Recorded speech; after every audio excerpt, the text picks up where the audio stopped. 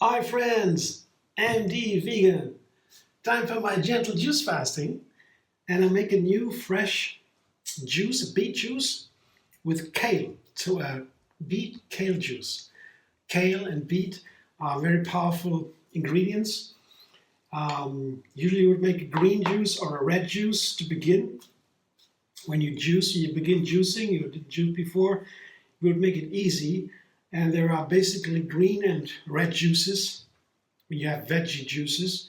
Yeah.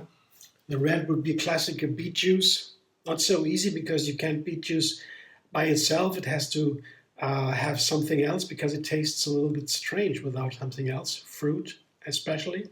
Same with the kale. You can't just juice a kale. Yeah. Kale is the most nutrient-dense vegetable there is at all. Nothing compares to kale when it comes to nutrient density. So many minerals in the kale and vitamins and everything. But it has a bitter flavor sometimes when you harvest it after the first frost. It can even be sweet. But it really depends on what kind of kale you get when it has been harvested. Usually it's harvested after the first frost in Germany, but around the world you get it, in America for example, you get it all over the year. Now in Germany they begin to catch up a little bit because they know kale is so important for many, has so much nutrients, so many nutrients. In Germany it's rather a winter vegetable, usually, traditionally, but I like it all the time. And well, it can be, as I said, a little bit bitter because it has so many nutrients, but it can also be sweet when it is harvested after the first frost. So these two together, of course, are very powerful. Greens are usually, I would say, refreshing, give you energy. The beet juices are giving you endurance, power. They are strengthening. So whatever you feel about the juices, the effects, I want to make it delicious. I like delicious, refreshing, energizing juice on my fasting day. And I found that juicing either kale or beet with fruit, sweet and sour fruit, that's the most important quality, flavor quality of a fruit, sweet and sour, something in between. That makes them delicious. Usually I have the same amount of fruit and veggies in a juice. The exceptions, of course, and adaptations, but basically the rule of thumb, 1-to-1. And then you can add more greens or more veggies or more fruit to make it more sweet, more delicious to you, to your taste buds. But I would begin with 1-to-1 and then adapt. So here I have the same amount of veggies and fruit, maybe a little bit more fruit, I'm not so sure. Look for yourself. These are grapes, right in season, and they are sweet, predominantly very sweet. And apple here, 2 apples, they are balanced sweet and sour. That is one of the most famous qualities of apples, that they have this wonderful balance of sweet and sour. And I found when I juice grapes with beets, it's perfect. It's really wonderful because the beet, they need something sweet and sour to be delicious. Otherwise, also they scratch in the throat because the oxalates in the beet can be a little bit unpleasant. It takes 2 hours to go away, but it is still there, and you want to avoid it. You can add a pear to the beet. That's classic orange, perfect. Also grapes, not so usual maybe, but it's a wonderful juice to juice beets with grapes. It's really as if this dense earth flavor is lifted heavenly high. You gotta try that. It's so fantastic. Yeah, I do that today. I want to expand a little bit on this pairing of grapes and beets. And to that I add the kale juice. And the apple goes with the kale. It's a wonderful combination with kale. Usually I would add a little pear. When you have only kale, I would add a pear also, because the kale and the apple is a little bit sour together. It needs a little sweetener. Uh, I mean, depends on how many apples and so, but you know, with the basic ratio 1 to 1, you want to add a little bit more pear to make it sweeter. But here I have the grapes already, very sweet, so maybe I thought I maybe don't need a pear. The apple is a classic with a kale, and also good with a pear, with a beet, sorry. So I have 4 main ingredients: the kale and the beet and the apple and the grape. Yeah? And then I add something to shape this flavor, to give it a little bit a distinctive character, and that is another green herb. It's a mint. I have a lot of mint here. That's usually a summer herb. It's still it's no longer summer here, but it's still there. We have some beautiful mint. The bunch of mint, it's half a bunch of it, and it's a very strong flavor. It's refreshing. It gives a fresh breath, and it's very nice with sweet flavors. Mint and sweet is a classic, but also with other flavors. It's a huge family of the mint flavor family from the Mediterranean. They have also basil and oregano, thyme. Many of this very powerful, have very different, all have different benefits. They're medically used, so thousands of years from the Roman Empire and later. And it's very nice to use green herbs. Yeah, they are very healthy. The second healthiest food we have, the healthiest being dark leafy greens, yeah, like a kale, predominantly. But then right away, the herbs and the spices are coming. And always try to use some, and they have such a nice flavor, these herbs. And you can play with that if you add this to the beet flavors. Beet is the veggie, the ingredient with the most diverse flavors you can create. So amazing. Once you explore beet a little bit, you will fascinate it, really. And today I try to shape this, or to transform this, to give it a little bit more character, the beet and the kale flavor with the mint. And then I have 2 more ingredients that I oftentimes add to many recipes, especially juices. I add lemon and ginger. Not so much to give a new flavor to the other ingredients, to the juice, but to highlight the flavors, to empower them.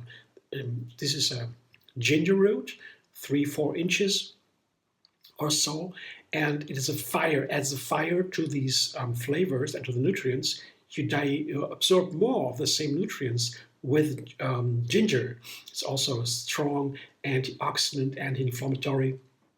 Many huge benefits, the ginger, the spice, and lemon makes everything fresh and keeps it light. Yeah?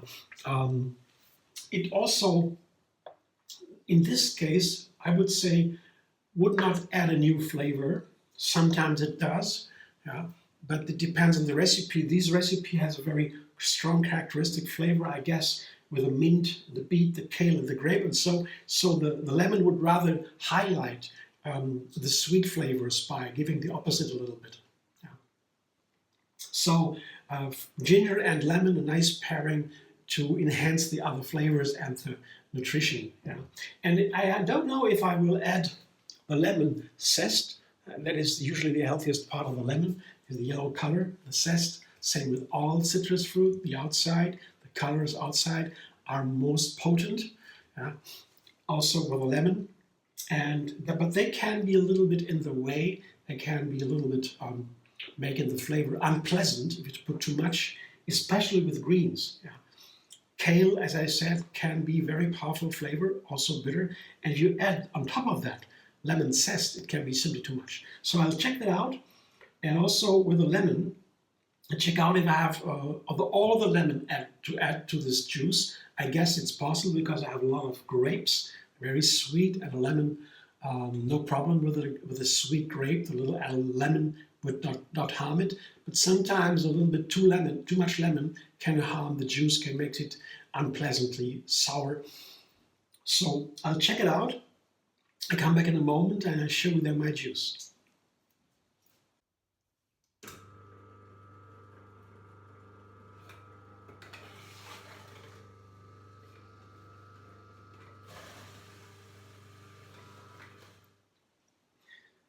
This is my beet kale juice, and I added all of the lemon. In between, I tasted it, and I had only a small piece of lemon in it, and it was way too sweet. So I said, okay, let's put the whole lemon in.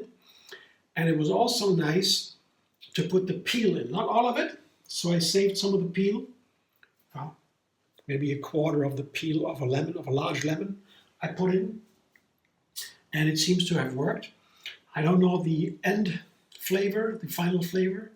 I will see that now. I'll taste it now. But you can see the dark red color that comes from the kale. When you have only a beet juice, it is usually a bright red. Adding greens makes it darker, deeper. Yeah. And that's what it looks like now. And I think it's a beautiful color. It's very warm and earth-like. And I will taste it now. Let's see. So I have to stir a little bit. Texture is very nice too. It is runny. It's not too thick, not too light. It's perfect. I show you in a moment to pour it into a little glass.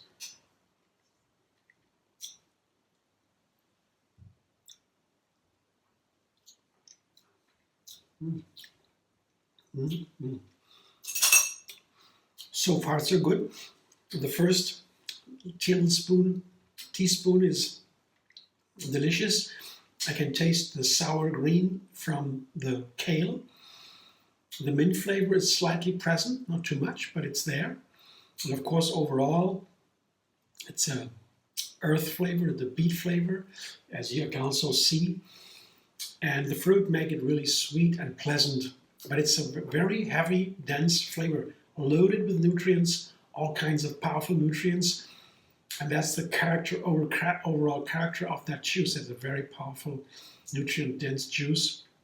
That said, of course, all the juices here have no fiber or almost no fiber. That's what remains out of the juice. That's what the juicer does. Taking away the fiber is usually not recommended for the healthy. It's one of the healthiest parts of food is fiber. It's the most anti-inflammatory part. So that what makes you not get an inflammation. That is, most of the diseases come with inflammation. 7 or so percent accompany the inflammation of some part of the body. So that's a very important part of the fiber.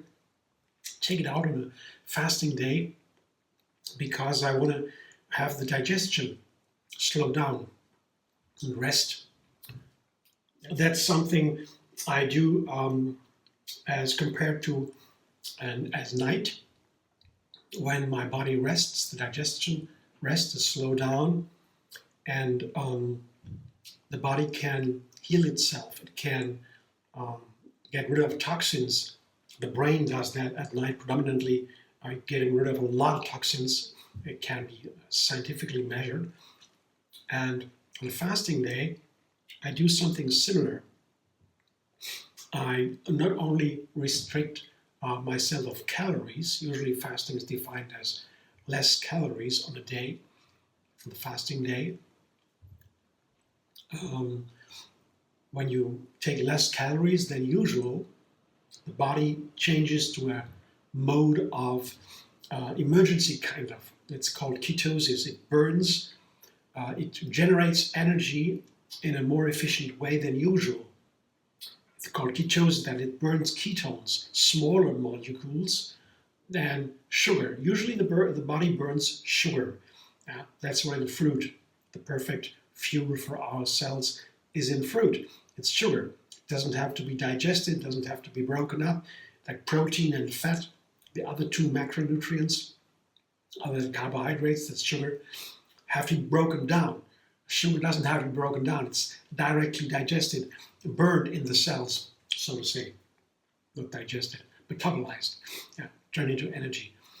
And on a fasting day, in this kind of an emergency situation, when the body gets less calories, it begins to do ketones, to burn ketones. And so it saves energy and produces more from the same And there are a lot of theories about what the ketosis does. And so it's on the fasting day that happens. And it's a special mode of the metabolism. And that's what usually fasting does. But in addition to that, I reduce the fiber. Yeah? Many do that. Yeah. Fasting, the radical form of fasting is only water, drinking nothing, eating nothing, not juices, just water. From ancient times when humans had no food over periods of time, fasting was no choice. It was just happening. You had no food. I said, when you go back to eating normal, you have some food, then you of course overeat as much as you can. So today we introduce the fasting as a culture, as some therapy. It has healing therapeutics effects and benefits, and there are more and more science. In the last 2 or 3 years, there's a lot more science has come up with fasting to find out. There's a lot about that, but I don't want to go into the details now. Just these two things to me are important. The metabolism, that when you reduce the calories, you have a more efficient way to get your energy, and the reducing of fiber, which is not recommended on a regular day. You have to repeat that, because fiber are one of the most important parts of the food. A healthy diet is a diet rich in fiber.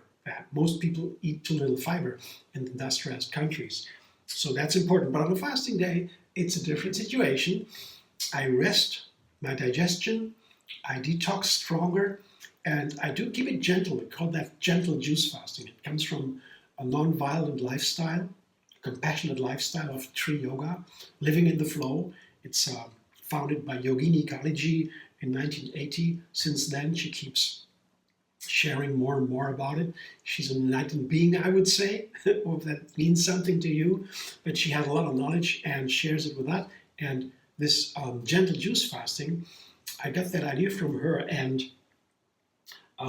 it is nice because it convinced me, because I was doing radical fasting before. When I met her and learned TriYoga, I felt that is much more what I like, to be gentle to myself, non-violent, compassionate to me and others. So I only juice 1 day a week usually. I make juices and fasting, and I don't push myself. I do it and feel great about it. And when I feel something stressful or something unpleasant, I just eat a little bit. I slow down the fasting, because it can be, especially when you do it every week over years and years, it can be very intense. Even if you do only 1 day, it adds up, and at some point it is very intense. And even 1 day, even for me, I'm very used to fasting. I have no problem with it. It's great fun. But I can feel sometimes it goes very deep. And the longer you do it over the years, only 1 day a week, gently, the longer you do it, it goes deeper and deeper into the system, and the layers of personality. So many things have been forgotten over time, have been restored at some point in the body and the mind. And you get there over time if you consist and do it over and over. That's my lifestyle. That's what I do. I be consistent and keep things going over long periods, and then I dig deeper and deeper with that. Always pleasant. Sometimes the little challenge comes, but I can slow it down if I eat a little bit. Drink a smoothie with a little bit of fiber, or have a veggie soup, a light salad. Yeah, I can do that, no problem. No longer radical fasting. It's a very gentle, moderate thing. And to me, that keeps me going over time, a long time. And I think it's the way of fasting for everyone. I mean, not literally, because some people don't want to fast. That's okay. They don't need it, maybe. But it is basically, everybody can do it. Only 1 day a week, there's no problem if you drink enough. If I drink enough, for example, 4 liters in my case, whatever it is, from coffee to milk, plant milk, of course, and juices and veggie broth, everything I can drink. Water, of course, I mean. If I have 4 liters, I know no headache, nothing, no pressure, very, very pleasant, very nice, very easy. So when you drink enough, it's sure that the toxins that are released from the body, from the tissues, they got really released from the body. That's what the water does. it washes it out. If I drink too little, the toxins stay in the body and can cause harm or pain or so. So the kidney, especially when you have kidney problems, be careful with the fasting. They can be stressed with the toxins that go away. And so, and if you take a medication, of course, I read that, I find it very important to share. Somebody on a medication should ask their doctor if they can fast, because even in one day, the medication has a certain dosage. The dosage can change because of that you don't eat something what's not usual. That's out of the order. So you check with your doctor if you're on a medication, if you still can fast or not. You always should check with the doctor, the medical professional. That's important. And if you feel really great and super healthy and everything, one day a week with enough drinking is definitely no problem. But longer fasting and more radical fasting should definitely see a doctor. Because some things you don't feel, that gets harmful for the body inside, for the organs or so, and you don't notice. And then it's too late maybe. So that shouldn't be taken too lightly. Always make sure with your medical professional, trusted doctor, that you can do it and that you're fine and so forth. I want to share that, make sure. I'm not a doctor, I can share about that, but I know something about how important it is to not take that too lightly. So that's it. The juice is nice, wonderful, powerful. I enjoy that now. I drink it slowly because when I have no fiber, there's no digestion basically, and the nutrients go right into the blood.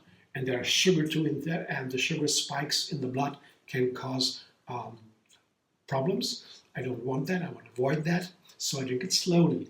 So one thing I really recommend, if you have such a wonderful juice, I would drink it slowly, sip by sip, like a meal on a regular day without fasting.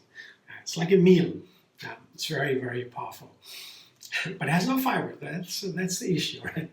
Okay. Well, that's it. Thanks for watching. I hope you enjoy. If you like my video, subscribe MD Vegan on YouTube. Have another recipe every single day. And to enjoy the endless vegan variety. There's so many plants we can enjoy. That's something that veganism offered to me. The awareness all of a sudden that there's so many plants. I never thought about eating or enjoying juicing or so. And you can also find me on Facebook, Instagram, Pinterest, and X. And there is one page on Facebook. It's called TriYoga Moon Fasting. That's according to yoga style from Yogini Kaliji, the TriYoga, living in the flow, and so forth. There I always share my juice recipes and fasting calendar, the best fasting days. But if you don't, I want to go into detail. Most importantly, once a week for one day. Doesn't matter what day or so, and if there is a birthday party, I skip it, or the fasting, I go to the party, I socialize, that's no problem. But keep it up over time, one day a week. That's the most important thing if you want to do the fasting. Okay, again, thanks for watching. See you soon.